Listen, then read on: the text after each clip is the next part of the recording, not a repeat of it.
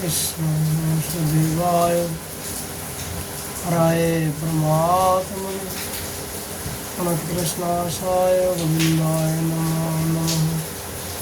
नमो पंकजनाभय नमो पंकजमालिने नमो पंकजनेत्राय नमस्ते पंकजांग्रये। श्रीमद्भागवत महापुराण श्रीमद्भागवत महापुराण बद्री विशाल भगवान की नारायण भगवान की नारद जी भगवान की श्री कृष्ण देव जय भगवान की सुखदेव गोस्वामी परीक्षित जी महाराज की सूर्य जी महाराज की सोनगारी शिव की बिंद भक्तों बिंद के श्री गुरु महाराज की जय जय श्री राधे श्याम पिताई गौर हरे वो।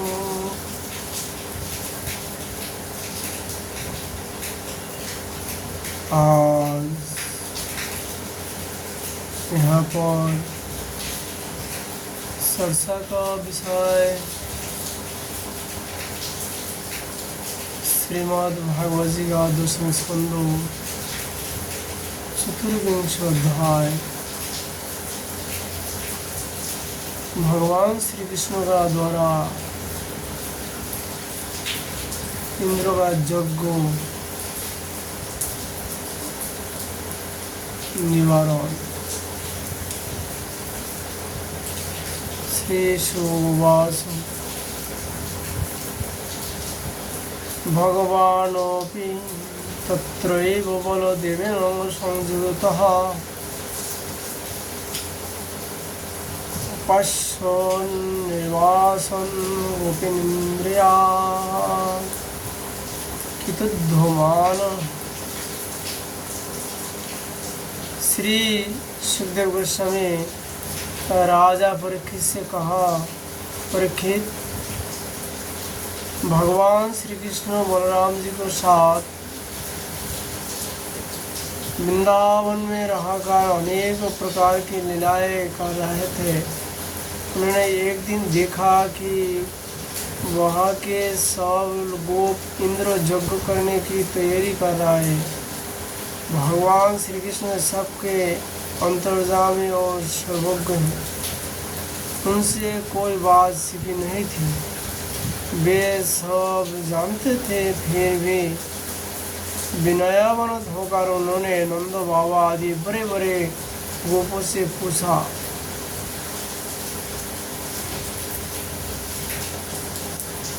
तदभिज्ञोऽपि भगवान् सर्वात्मा सर्वदर्शनः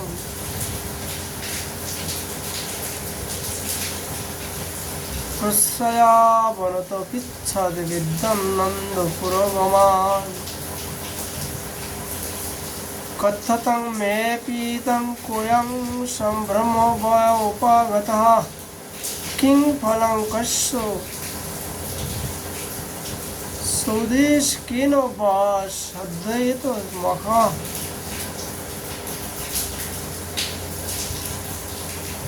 श्री कृष्ण नंद बाबा से पूछा, पिताजी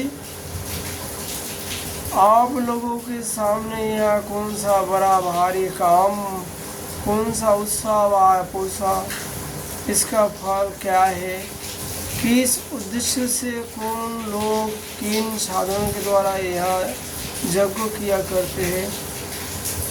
पिताजी आप मुझे यह अवश्य बतलाइए। आप मेरे पिता हैं और मैं आपका पुत्र हूँ। ये बातें सुनने के लिए मुझे बड़ी उत्कंठा भी है। पिताजी, जो संत पुरुष सबको अपनी आत्मा मानते हैं, जिनकी दृष्टि में अपने और पराये का भेद नहीं है, जिनका ना कोई मित्र है ना शत्रु और ना उदासीन, उनके पास सिखाने की तो कोई बात होती ही नहीं। परंतु यदि वैसे स्थिति ना हो तो रहस्य की बात शत्रु की भांति उदासीन से भी नहीं कहनी चाहिए। मित्र तो अपने समान ही कहा गया है, इसलिए उसी से कोई बात छिपाई नहीं जाती। यह संसार की मनुष्य समझे अनेक प्रकार की कर्मों का अनुष्ठान करता है। उनमें से समाज पुरस्कार करने वाले पुरुष के कर्म जैसा सफल होते हैं, वैसे ही वे समाज के नहीं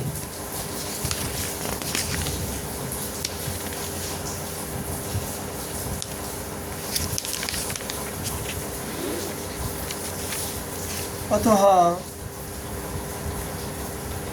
इस समय आप लोग जो करने जा रहे हैं वह शहीदों को साथ विचारितों शास्त्र सम्मत है अथवा लौकिक ही है, मैं यह सब जानना चाहता हूँ।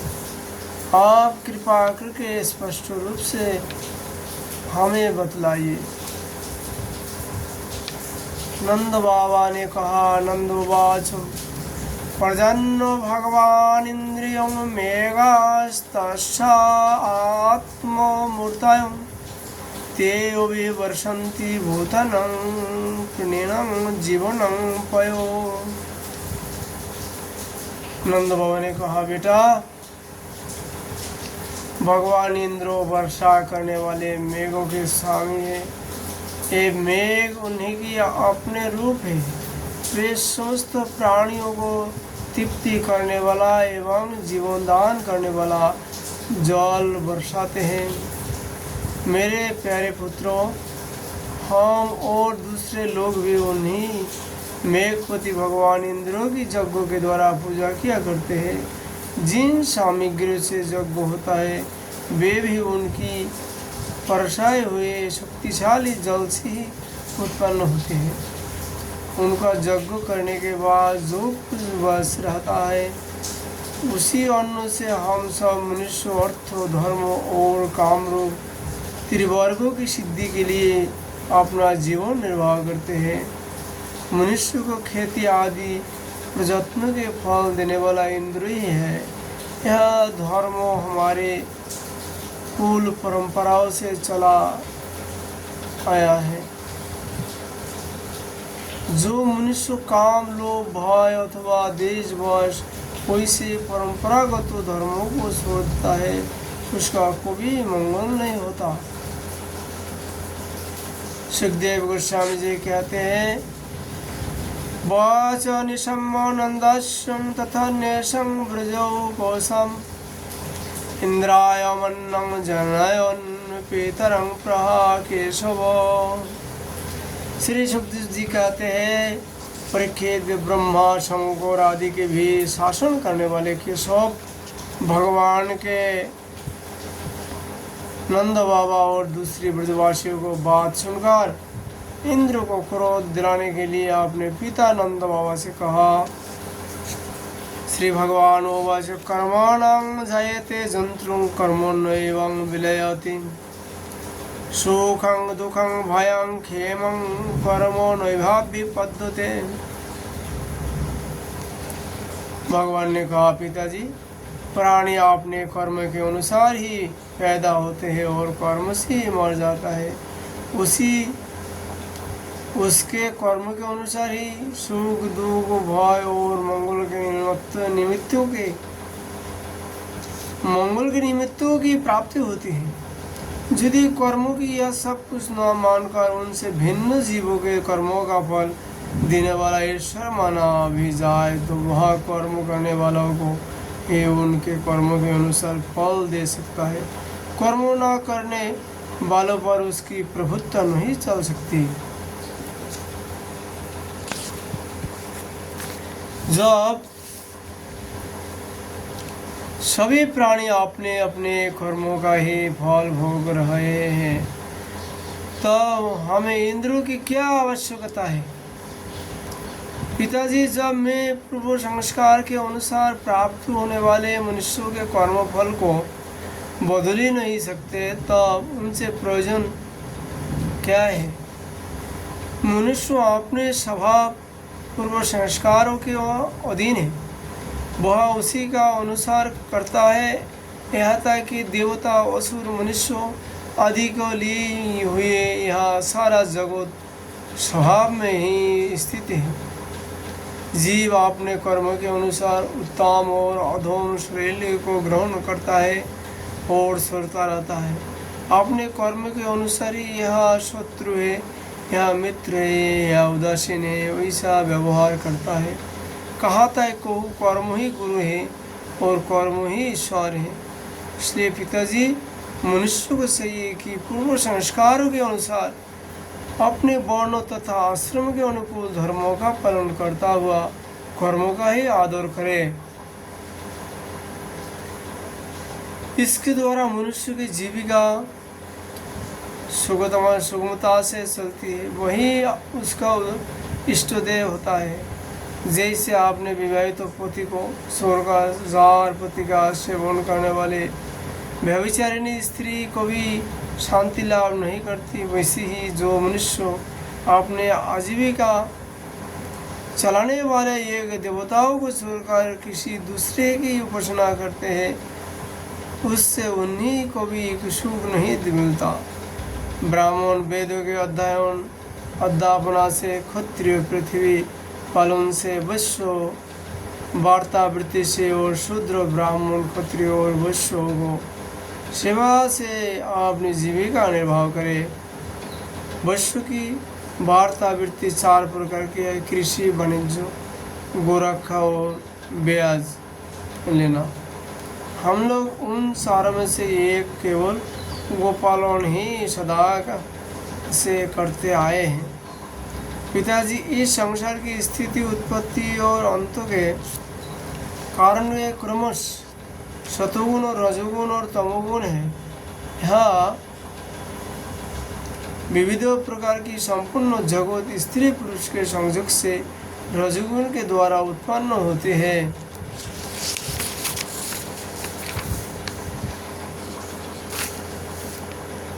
उसी रजोगुण की प्रेरणा से मेघगण सब कहीं जल बरसाते हैं, उसी से अन्न और अन्न से सब जीवों की जीविका चलती है।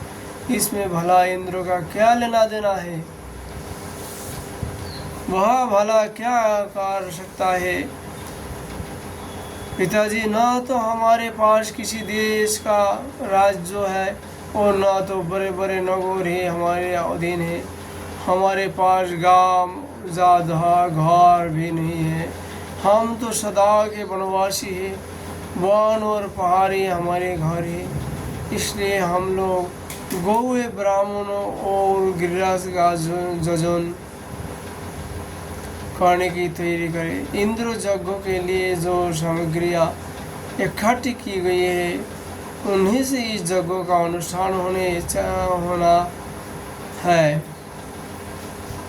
अनेक प्रकार के पकवान, खीर, हलवा, पुआ, पूरी आदि से लेकर मूंग की दाल तक बनाए जाए। ब्रजों का सारा दूध एकत्र कर लिया जाए। वेदवादी ब्राह्मण के द्वारा भली भांति हवन करवाया जाए तथा उन्हें अनेक प्रकार के अन्नों, गोए और दक्षिणाएं दी जाए। और भी चंडाल, पतित तथा कुत्ता तक की यथायोग्य वस्तु देकर गायों को चारा दिया जाए और फिर गिरिराज के भोग लगाए जाए। इसके बाद खूब प्रसाद खा पीकर, सुंदर सुंदर वस्त्र पहनकर, गहने से सजा लिया जाए और चंदन लगाकर गौ, ब्राह्मण, अग्नि तथा गिरिराज गोवर्धन की प्रदक्षिणा की जाए। प्रदक्षिणा मतलब परिक्रमा जिसको कहते हैं। पिताजी, मेरे तो वैसी ही सम्मति है। यदि आप लोगों को रुचि हो तो वैसा ही कीजिए। वैसा यज्ञ गो, ब्राह्मण, गिरिराज को तो प्रिय होगा ही, मुझे भी बहुत प्रिय होगा। सुगोवाच कालात्मना भगवान् शकरदर्पं जिगांसता प्रोक्तं निशम्यो नन्दद्धं साधुग्रन्थो तद्वसः। श्री सुखदेव गोस्वामी जी राजा परीक्षित से कहा, परीक्षित कालात्मा भगवान की इच्छा भी की, इंद्रों का घमंड चूर चूर कर दी। नंद बाबा आदि गोपों ने उनकी बात सुनकर बड़ी प्रसन्नता से स्वीकार कर ली। भगवान श्री कृष्ण ने जिस प्रकार का यज्ञ करने की कहा था वैसे ही यज्ञ उन्होंने प्रारंभ किया। पहले ब्राह्मण से स्वस्ति वाचन कराकर उसी सामग्री से गिरिराज और ब्राह्मणों को सादर भेंट दी तथा गौ को हरी हरी घास खिलाए। इसके बाद नंद बाबा आदि गोपों ने गौ को आगे करके गिरिराजी प्रदक्षिण की। ब्राह्मण का आशीर्वाद प्राप्त करके वे और गोपियाँ भलीभांति श्रृंगार करके और बेलों से जूती गाड़ियों पर सवार होकर भगवान श्री कृष्ण की लीलाओं का गान करते हुए गिरिराजी का परिक्रमा करने लगी। भगवान श्री कृष्ण गोपों को विश्वास दिलाने के लिए गिरिराजी के ऊपर एक दूसरा विशाल शरीर धारण करके प्रकट हो गए तथा मैं गिरिराज हूँ इस प्रकार कहते हुए सारी सामग्री आरोपने लगे। भगवान श्री कृष्ण अपने उस स्वरूप को दूसरी ब्रजवासियों के साथ स्वयं भी प्रणाम किया और कहने लगे, देखो कैसा आश्चर्य है, गिरिराज ने साक्षात प्रकट होकर हम पर कृपा की है। ऐसा है जैसा रूप धारण कर सकते हैं जो वनवासी जीव इनका निरादर करते हैं उन्हें ये नष्ट कर डालते हैं। आओ अपना और गौ का कल्याण करने के लिए इन गिरिराज जी को हम नमस्कार करें। इस प्रकार भगवान श्री कृष्ण की प्रेरणा से नंद बाबा आदि बड़े बुरे गोपों ने गिरिराज गौ और ब्राह्मण का विधि पूर्वक पूजन किया तथा फिर श्री कृष्ण के साथ सब ब्रज में लौट आए। इति श्रीमद् भागवते महापुराणे पारमहंस संहिता दशम स्कंदे पूर्वदे चतुर्विंशोऽध्याय श्रीमद् भागवत जी का कथा। आज हम लोग यही विश्राम करता हूँ। राधा माधव जी का कृपा होने पर फिर चर्चा करेंगे। राधे राधे।